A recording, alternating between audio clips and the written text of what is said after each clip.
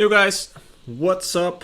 Hope you guys are having a wonderful Monday morning. Well, it's actually afternoon, but some people just woke up. They're probably living in the States. But yeah, for me it's already 4:30, so my day almost ended. Hope you guys are doing well. What's up, Tanish? Welcome in the live stream. As always, I'm doing a Q&A again today, so you guys can drop in your questions if you want to. I will start off with answering the questions that people send in the artist coaching community last week. I think that's 3 of them, I guess. Let's see, I'll start answering those and let's see if someone else has questions as well. Ooh, the first question that came in was from Martinez. How to get the most out of ADE as an upcoming artist, what to attend and how to expand networking and connections there. Great question, and definitely because ADE is coming up, like we're exactly 1 month away from ADE. So perfect timing for this question. How to get the most out of the Amsterdam Dance event, ADE. To me, the Amsterdam Dance event is all about networking. So it's all about meeting people, spending time with each other, having a beer, having a coffee, going out to dinner, and just casually networking with people, because that is kind of the only opportunity you have where all the people from all over the world are on one spot. So you can meet all the people that you might be in contact with over Instagram or over email, and have a coffee with them and meet, because setting up that personal connection is really important. So the most important thing about ADE is networking. What to attend during ADE is, of course, you can go to the what's it called? The thing, like you can go to all the conference. You can go to the conference, of course, but it's pretty expensive. And the time that you spend on that conference is time that you cannot spend on networking with other people. So I would not really recommend to go visit all those seminars, because I think there's a lot of those which you can already see online or are kind of similar. So I would save up that money and spend it on doing other things in Amsterdam. Because it will be an expensive week, so try to not overpay for everything. I would really recommend you to start connecting to other people during this week, new people you meet, and also email other people that you already know who might be there as well, and try to set up a meeting in front of ADE. That's an important thing. What's up, everyone in the Instagram live stream and Facebook live stream? Nanush, hello. I see a lot of people checking in. Welcome. If you have a question, make sure to drop it in the comment section. I will try to get back to it. But I first answer the questions on the Facebook community group. What's the best place to download mashups or bootlegs for free? I actually don't have any idea. I think that still is SoundCloud. SoundCloud is still a great place where you can download bootlegs, but sometimes you will get banned, so I'm actually not sure where that is. And what are the best blogs to promote your EDM music? Well, you can still promote your music on blogs, but I don't think that really works anymore. I think Facebook groups are a better way to promote your music, because with Facebook groups you actually have a cluster of all the people that you're trying to reach in one group. So if you're being really active in those groups, and if you're starting to set up connections with those people there, and then start dropping your music and they will start to support it, that's a better way, a more effective way to promote your music. So Facebook groups would be my answer there. Here's another question. I've finished my DJing course, and it's not that I'm new to the DJing community, but having an artist management experience, I know how to create a name or profile. But I'm still having difficulties to choose a name, profile, and branding. Please help me with your inputs. the key to this whole thing is not overthink the whole process. Like, of course you need a name, of course you need a profile, and of course you need branding. But in the end, in the beginning, it doesn't really matter what that name is or how you brand it, because it will only start to become important when you start to do something with your brand name. So it doesn't matter what the name is, it matters what you do with the name. What kind of music you make and how well your music is doing, that's the most important thing. So weird enough, the name doesn't matter. So the main advice here would be, do not overthink this process. Take some time to think about a name which is easy findable on internet, on social media and stuff, which is still available, where the accounts are still available. Take that one and then just roll with it. Take some time, work on it, and that music will start to create your brand name on the long term. So let's see what some questions were that got sent in. I see some requests here on Instagram. Let's see what happens here. If someone wants to join the live stream.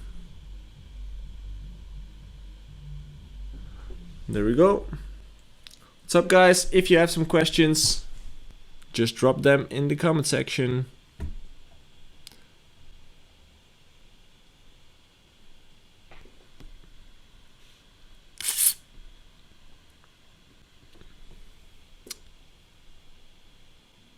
Oh, nobody's picking up. By the way, if you're watching on Facebook right now, this is not the feedback session. The feedback session will be, I think, tomorrow. So if you want to send in music, make sure to join tomorrow. Hey man, what's up? Hi, how are you? All good, and you? Where are you from? I'm from Sri Lankan. From Sri Lankan? Oh, yeah. Where is that? Hello? Nice word, luggage. It's not really working, unfortunately. Too bad. Let's pick another question. Oh, here's another one. Is it important to go to ADE? Is it important to go to ADE? Yes, it is. Because it's kind of the only place where you have all the people from the industry all located on one spot. And I think it doesn't really matter on what kind of place you are in your career. Like if you're starting or already at a bigger level, you can already meet new people there. You can have business conversation. You can do everything there. So I think it's definitely a great place to be as an artist, to represent yourself and to build a network. So yeah, it's a great place to be. Let's see if it works now. If someone can join. ADE or Dance Fair? I would go for ADE first, but Dance Fair is also pretty cool. Hey man, what's up? Hello? Still not working. That's weird. Connection seems pretty bad. Here are some other questions. How to improve workflow? Make it as easy as possible for yourself when you open up your DAW. As in, what always worked for me is creating a template. So that when you have a creative idea which you want to get out of your head into the computer, you don't want to have any things that stop you from doing that. So make it as easy as possible for yourself to do that. For me, making a template worked really well, because then you could just hit one button, everything started to load, and I could start to work really quick, really easily, without any hurdles stopping me. So that's definitely one thing that could help me. Also, creating your own sample packs really works, so that you have all the samples that you really like on one spot. And again, that all helps because you want to create a creative project without any hurdles. You want to go in directly and get those ideas out of your mind. So yeah, creating own sample packs and templates is a great way to do that. let's see. How should I write emails to labels? Like, how did you do it? Well, I would try to keep it short. Like, don't make an email that is really long, because those labels are really not interested in your life story. They just want to hear your song. Be kind, be generous, and send a short email with a link in it, like a private link. That works, because if you send a link that is broken, you just lost your opportunity, and that's a bad way to start. So just short email, to the point, an email like a link that works, and be kind. That's good. What's up, guys? I see all those questions coming in. Let's see. Let's pick one here. Do you have a label? I used to have one. It's actually not active anymore. It still exists. The music is still online, but I don't run it anymore because it's too much time to handle that label, to run the label. But it was called Dubbed Records. So if you want to check out the music, it's called Dubbed Records. Dubbed. What do you think about using splice loops? I actually think everyone should do it. Like, why not do it? I think as a creator, you should use everything that you can use, which is available to you. Like, before Splice, you were downloading sample packs and then use the loops. Right now, you're just paying, what is it, like $8 a month to use all the loops you can find. So why not use it, you know? And of course, you can be creative with it and start tweaking them and switching things up. That will be even better. But it's for free and they're royalty free, so why not use them? Let's see. Which DAW would you suggest to start music production? Pick the one that feels the best to you. It's a personal decision, so don't look to what other people are using.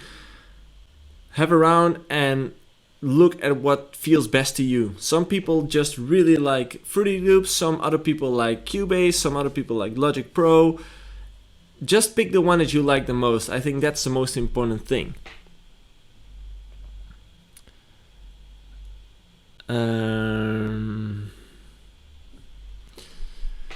Track release in 3 weeks. Label will announce it on Friday. Should I just start promoting the track everywhere straight away then? Track release in 3 weeks. Well, I would start promoting it, promoting the release before the release date makes sense, but it only makes sense if you send it out to DJs and playlist owners, because you want to give them a heads up of your release, and you want to give the DJs an exclusive option to start playing your music before everyone else starts doing it. So those are the two things you can do before the release comes out. And then when the release is out, you want to start promoting the song, that it's available on Spotify and stuff, so all the music listeners can find your song. So there's two different ways of promotion. Before the release, you want to focus on playlists and the DJs, and after release, you want to focus on your fans and all the other people listening to music. Let's see. How are you? Any tips on remembering your old production style? Any tips on remembering your old production style? Not really sure what you mean there. Let's see if my battery is not going to die.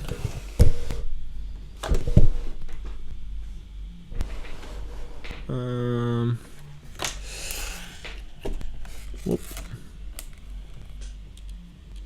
Let's check.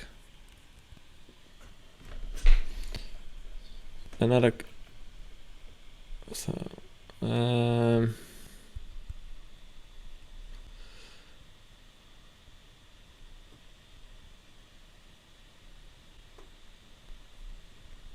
what's a better name, XJS or GVAX for pronunciation or for people to remember? I would take XJS.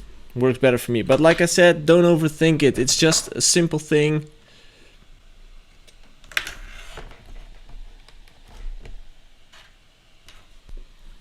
Yep. something went wrong there.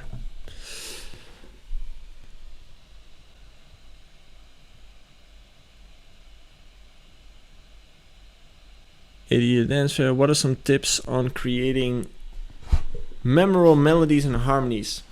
One of the things that I always thought about, and one of the tips that I got from other DJs as well, was if you create a melody, try to hum it and ask someone else to hum it after listening to it once as well. Because a melody should be easy to remember, and sometimes it's even easier than you might think yourself. So creating a melody that you can just sing along with after just hearing it once, and maybe show it to other people as well to check if they're able to hum it as well after listening to it once or twice.